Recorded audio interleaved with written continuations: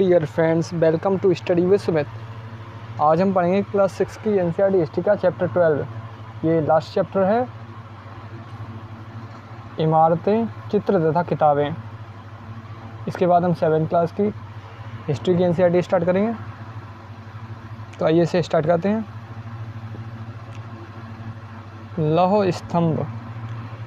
महरौली, दिल्ली में कुतुब मीनार के परिसर में एक खड़ा यह लौह स्तंभ भारतीय शिल्पकारों की कुशलता का एक अद्भुत उदाहरण है। इसकी ऊंचाई 7.2 मीटर और वजन 3 टन से भी ज़्यादा है। इसका निर्माण लगभग 1500 साल पहले हुआ। इसका निर्माण कब हुआ? 1500 साल पहले। यहाँ पर आपको ये बहुत ही इंपॉर्टेंट नॉलेज मिलेगी। 1500 साल पहले अगर आप नोट्स बना रहे हो तो इसमें इसे ज़रूर ऐड कर लें। इसकी ऊंचाई कितनी है? 7.2 मीटर और वजन 3 टन।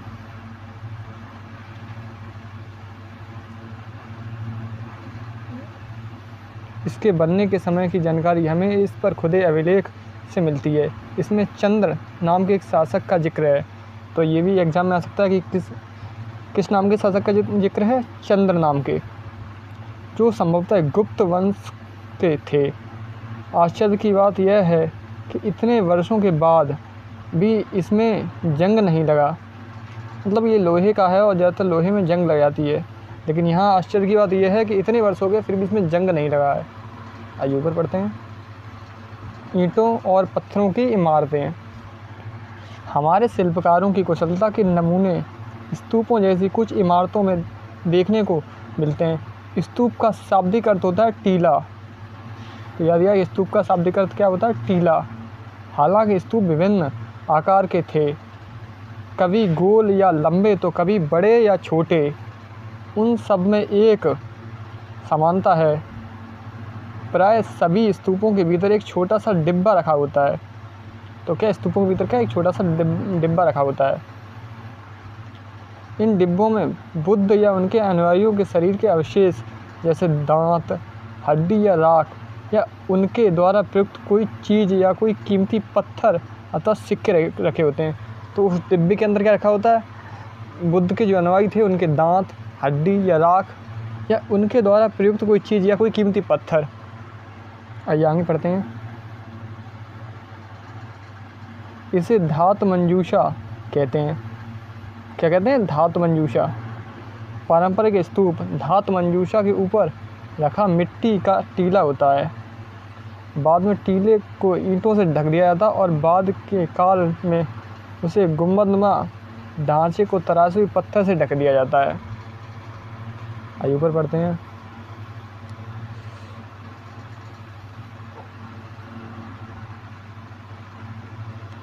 प्राय स्तूप के चारों ओर परिक्रमा करने के लिए एक वृत्ताकार पथ बना होता है, जिसे प्रदक्षिणा पथ कहते हैं। इस रास्ते को रेलिंग से घेर दिया जाता था, जिसे वेदिका कहते थे। तो जिस रेलिंग से घेर दिया जाता था उसे क्या कहते थे? वेदिका। और परिक्रमा करने के लिए जो वृत्ताकार पथ था उसे क्या कहते हैं? प्रदक्षिणा। देखिए, वेदिका में प्रवेश द्वार बने होते हैं। रेलिंग तथा तोरण प्राय मूर्तिकला की सुंदर कलाकृतियों से सजे होते हैं। आइए ऊपर पढ़ते हैं। मानचित्र 7 पृष्ठ 113 में अमरावती ढूंढो। हम ऊपर देख चुके हैं। ये यहाँ कभी एक भव्य स्तूप हुआ करता था। लगभग 200 साल पहले इस स्तूप को सजाने के लिए शिलाओं पर चित्र उकेरे गए। तो कब? लगभग 200 साल पहले। कितने साल पहले? 200 साल पहले। कई बार पहाड़ियों को काटकर बनावटी गुफाएं बनाई जाती थीं। इस तरह की कई गुफाओं को मूर्तियों तथा चित्रों द्वारा सजाया जाता था। आइए ऊपर पढ़ते हैं। इस काल में कुछ आरंभिक हिंदू मंदिरों का भी निर्माण किया गया। इन मंदिरों में विष्णु, शिव तथा दुर्गा जैसी देवी देवताओं की पूजा होती थी। मंदिरों का सबसे महत्वपूर्ण भाग गर्भगृह होता था। तो मंदिरों का सबसे महत्वपूर्ण भाग कौन सा? गर्भगृह है, जहाँ मुख्य देवी या देवता की मूर्ति को रखा जाता था। इसी स्थान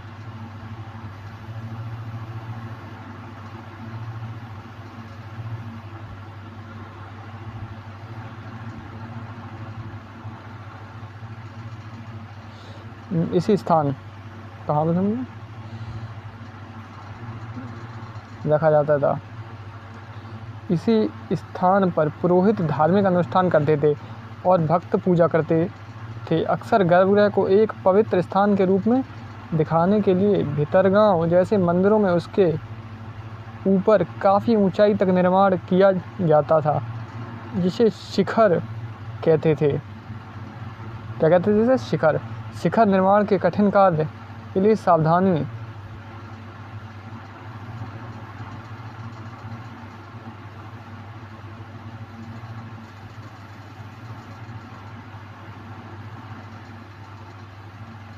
से योजना बनानी पड़ती थी। अधिकतर मंदिरों में मंडप नाम की एक जगह होती थी। यह एक सभागार होता था जहां लोग इकट्ठा होते थे। तो मंडप का क्या था? मंडप नाम की जगह थी, यह एक सभागार होता था। तो मंडप क्या था? सभागार था मंडप, जहाँ लोग इकट्ठा हुआ करते थे। आइए पहले ऊपर देख लेते हैं ये क्या था साइड में। ऊपर सांची का महान स्तूप मध्य प्रदेश, ये है, ये जो है ये सांची का महान स्तूप है। ये पढ़ते हैं।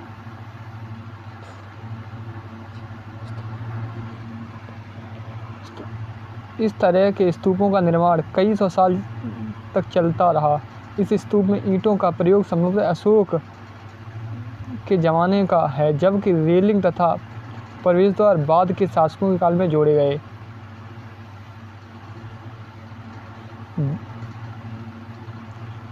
बाएं और अमरावती की एक शिल्पकृति है, ये है अमरावती की एक शिल्पकृति। और ये इधर पढ़ते हैं।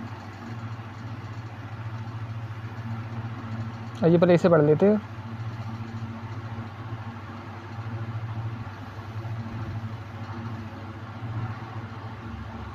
बाएं ऊपर उत्तर प्रदेश के भितरगांव का एक आरंभिक मंदिर, यह लगभग 1500 साल पहले पकी ईंटों और पत्थरों से बनाया गया था। तो ये है, ये क्या है? उत्तर प्रदेश के भितरगांव का ये मंदिर है जो लगभग 1500 साल पहले बनाया गया था।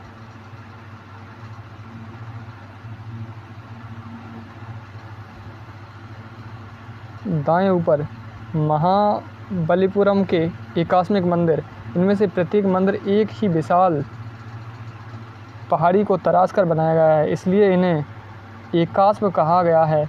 ईंटों से बनाए जाने वाले मंदिर में यह बिल्कुल भी भिन्न होते थे। ईंट से बनी इमारतों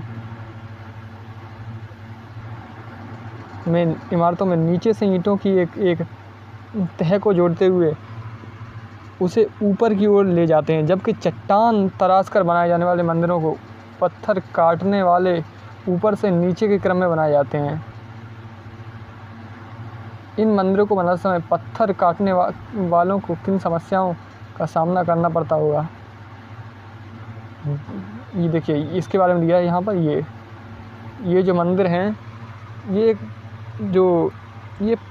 पत्थर के बने हैं और ये ऊपर से काट के बनाए गए हैं। ये जो मंदिर हैं। आइए अब इसे देखते हैं। दाएं ओर एहोल का दुर्गा मंदिर है, लगभग 1400 साल बनाया गया ये वाला। आइए अब जो पढ़ रहे थे वो पढ़ेंगे हम लोग।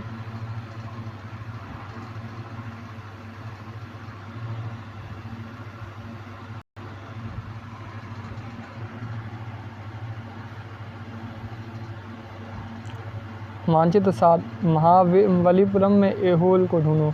इन शहरों में पत्थरों से बने कुछ उत्कृष्ट मंदिर हैं, उनमें से कुछ यहाँ दिखाए गए हैं।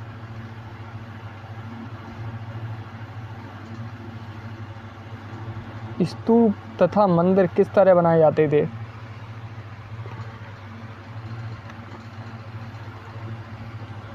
स्तूप तथा मंदिरों को बनाने की प्रक्रिया में कई अवस्थाएं आती थीं। इनके लिए काफ़ी धन खर्च होता था, इसलिए आमतौर पर राजा या रानी ही इन्हें बनवाने का निश्चय करते थे। पहले काम अच्छे किस्म के पत्थर ढूंढकर शिलाखंडों को खोदकर निकालना होता था। फिर मंदिर या स्तूप के लिए सोच विचार कर तय किए गए स्थान तथा शिलाखंडों को पहुंचाना होता था। यह पत्थरों को काट छाँट कर तराशने के बाद खम्भों, दीवारों की चौखटों, फर्शों तथा छातों को आकार दिया जाता था। इन सबके तैयार हो जाने पर सही जगहों पर उन्हें लगाना काफ़ी मुश्किल काम था।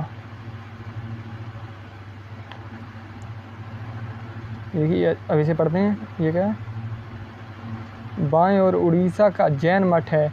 एक पहाड़ी को खोदकर इस 2 मंजिली इमारत को बनाया गया है। कमरों के प्रवेश द्वार को ध्यान में से देखो, इनमें जैन भिक्षु रहते थे। ये वाला है, इसके बारे में लिया है, जैन भिक्षु रहते थे। ये देखिए, ये है उड़ीसा का जैन मठ। ये एक पहाड़ी को खोद के बनाया गया है। ये 2 मंजिली इमारत है। नीचे राष्ट्रीय संग्रहालय नई दिल्ली से एक मूर्ति का चित्र, ये इसके बारे में लिया है। तो आइए अब इसे पढ़ते हैं। इस तरह के शानदार ढांचों का निर्माण करने वाले शिल्पकारों को सारा खर्च संभवतः राजा रानी ही देते थे। इसके अतिरिक्त इन स्तूपों या मंदिरों में आने वाले भक्त जो उपहार अपने साथ लाते थे, उनसे इमारत की सजावट की जाती थी। जैसे हाथी दांत का काम करने वाले श्रमिकों को संघ की साची के एक अलंकृत प्रवेश द्वार तोरण को बना के खर्च दिया जाता था। मतलब जो शिल्पकार थे उन्हें सारा खर्च राजा रानी देते थे, यही देश में। आइए, इनकी सजावट के लिए पैसे देने वालों में व्यापारी, कृषक, माल बनाने वाले, इत्र बनाने वाले, लोहार, सुनार तथा ऐसे कई स्त्री पुरुष शामिल थे जिनके नाम खम्भों, रेलगों तथा दीवारों पर खुदे थे। इसलिए जब तुम इन स्थानों को खोदने जाओ तो याद रखना कि कितने सारे लोगों ने इन्हें बनाने स्थानों को कहीं पर हम लोग गलत पड़ गए हैं। जब तुम इन स्थानों को देखने जाओ, यहाँ पे मैं खोदने बोल गया था, देखने जाओ तो याद रखना कि कितने सारे लोगों ने इन्हें बनाने और सजाने में अपना योगदान दिया है। आइए ऊपर पढ़ते हैं। चित्रकला। मानचित्र 7 में अजंता को ढूंढो। यह वह जगह है जहाँ के पहाड़ों में सैकड़ों सालों के दौरान कई गुफाएं खोदी गईं। इनमें से ज़्यादातर बौद्ध भिक्षुओं के लिए बनाए गए विहार हैं। इनमें से कुछ चित्रों द्वारा सजाया गया था। यहाँ इनके कुछ उदाहरण दिए गए हैं। गुफाओं के अंदर अंधेरा होने की वजह से अधिकांश चित्र मसालों की रोशनी में बनाए गए थे। इन चित्रों के रंग 1500 साल बाद भी चमकदार होते हैं। ये रंग पौधों तथा खनिजों से बनाए गए थे। इन महान कृतियों को बनाने वाले कलाकार अज्ञात थे। अजंता के चित्र, ये देखिएगा,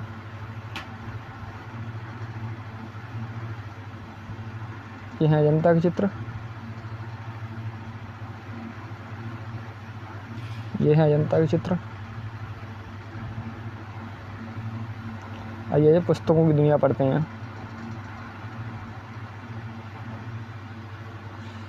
पुस्तकों की दुनिया। इस युग में कई प्रसिद्ध महाकाव्यों की रचना की गई। इन उत्कृष्ट रचनाओं में स्त्री पुरुषों की वीर गाथाओं तथा देवताओं से जुड़ी कथाएं हैं। करीब 1800 साल पहले एक प्रसिद्ध तमिल महाकाव्य सिलप्पदिकारम, ये कितने साल पुराना है? 1800 साल पुराना। ये याद रखें आप, 1800 साल पुराना। और सिलप्पदिकारम की रचना इलांगो नामक एक कवि ने की थी। किसने? इलांगो नामक। इनमें कोवलन नाम के व्यापारी की कहानी है। वह पुहार में रहता था तथा अपनी पत्नी कन्नगी की उपेक्षा कर वह एक नर्तकी माधवी से प्रेम करने लगा। बाद में वह और कन्नड़ी पुहार छोड़कर मदुरई चले गए और वहाँ पांड्य राजा के दरबारी जौहरी ने कोवलन पर चोरी का झूठा आरोप लगाया, जिस पर राजा ने उसे प्राणदंड दे दिया। कन्नगी, जो अभी भी उससे प्रेम करती थी, इस अन्याय के कारण दुख और रोष से भर गई। उसने मदुरई शहर का विनाश कर डाला।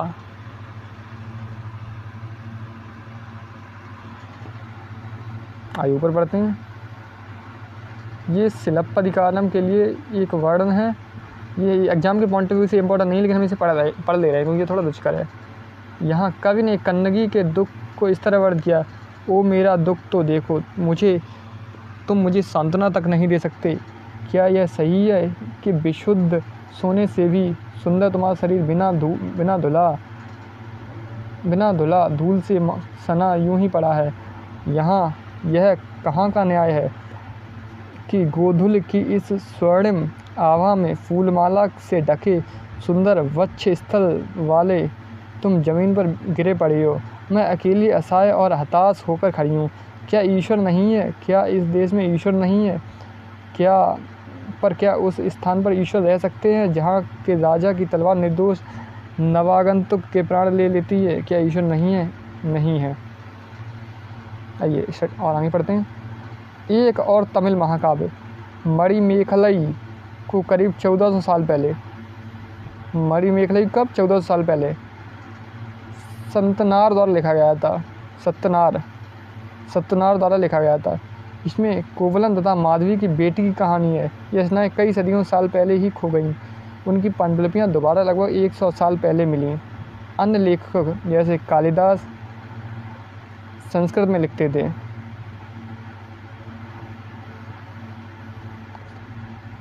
मेघदूत का श्लोक, ये एग्जाम के पॉइंट ऑफ व्यू से इम्पोर्टेंट नहीं है, इसलिए हम इसे नहीं पढ़ेंगे।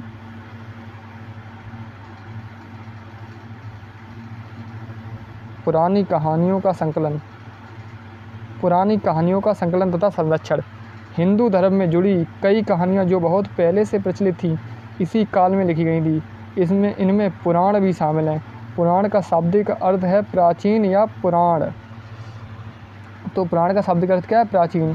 पुराणों में विष्णु, शिव, दुर्गा या पार्वती जैसे देवी देवताओं से जुड़ी कहानियाँ हैं। इनमें इन देवी देवताओं की पूजा की विधियाँ दी गई हैं। इसके अतिरिक्त इनमें संसार की सृष्टि तथा राजाओं के बारे में भी कहानियाँ हैं। अधिकतर पुराण सरल संस्कृत श्लोक में लिखे गए हैं। तो यहाँ पर यह कि ये बहुत इम्पोर्टेंट है कि पुराण किसमें सरल संस्कृत श्लोक में लिखे गए हैं, जिससे सब उन्हें सुन और समझ सकें। स्त्रियाँ तथा शूद्र जिन्हें वेद पढ़ने की अनुमति नहीं थी वे भी इसे सुन सकते थे। पुराणों का पाठ पुजारी मंदिरों में किया करते थे, जिसे लोग सुनने आते थे। 2 संस्कृत महाकाव्य महाभारत और रामायण लंबे अरसे से लोकप्रिय रहे हैं। तुम में से कुछ बच्चे इन कहानियों से परिचित होंगे। महाभारत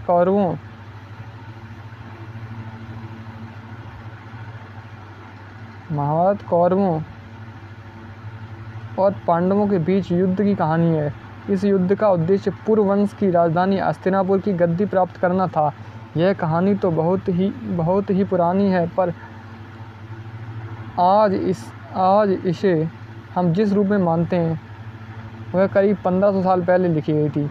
माना जाता है कि पुराणों और महाभारत दोनों ही व्यास नाम के ऋषि ने संकलित किया था। और महाभारत में भगवद गीता भी है, जिसके बारे में तो अध्याय 10 में पढ़ा है। रामायण की कथा कौशल के राजकुमार राम के बारे में है। उनके पिता उन्हें वनवास दे दिया था। तो यहाँ पर दिया है कि रामायण की कथा किसके बारे में? कौशल के राजकुमार राम के बारे में है।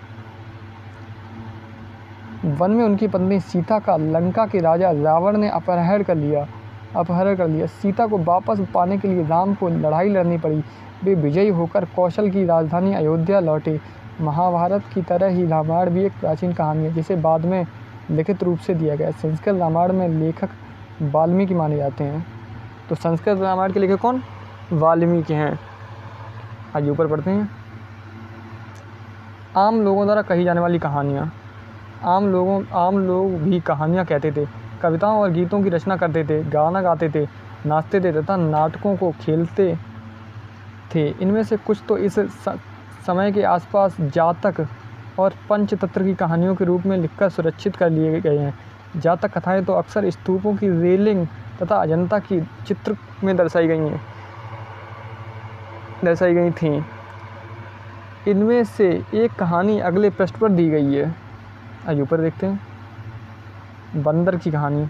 ये एग्जाम के पॉइंट ऑफ व्यू से उतनी इम्पोर्टेंट नहीं, इसलिए हम इसे नहीं पढ़ेंगे। आइए ऊपर पढ़ते हैं। विज्ञान की पुस्तकें।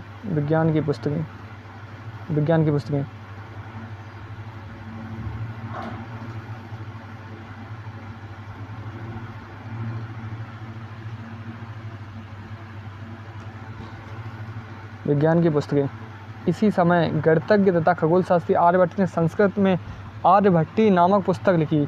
इसमें उन्होंने लिखा कि एक दिन और रात पृथ्वी लिखा कि दिन और रात पृथ्वी अपनी धुरी पर चक्कर काटने की वजह से होते हैं, जबकि लगता है कि रोज़ सूर्य निकलता है और डूबता है। उन्होंने ग्रहण के बारे में भी एक वैज्ञानिक तर्क दिया। उन्होंने वृत्त की परिधि के मापने की भी विधि ढूंढ निकाली, जो लगभग उतनी ही सही है जितनी कि आज प्रयुक्त होने वाली विधि है। शून्य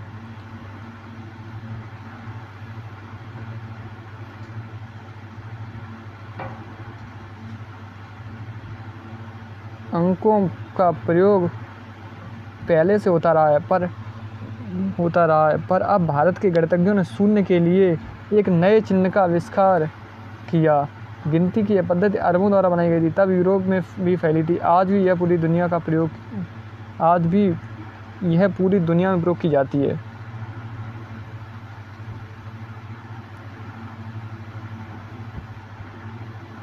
आइए ऊपर बढ़ते हैं।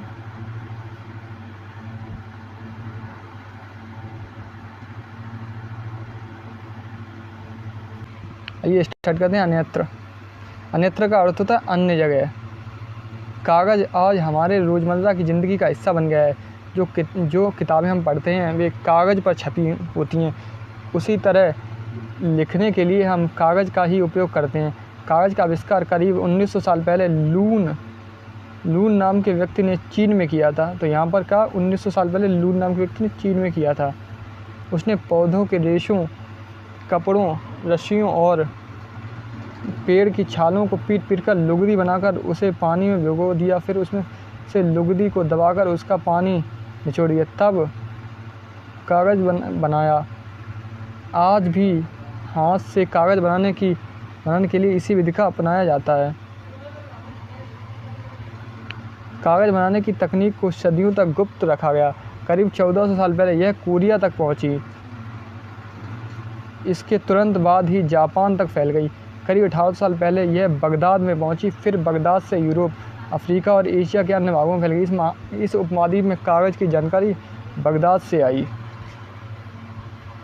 तो ये क्लास 6 की NCERT हो गई समाप्त। अब हम स्टार्ट करेंगे 7th की NCERT। तब तक के लिए धन्यवाद। Like, comment, share and subscribe.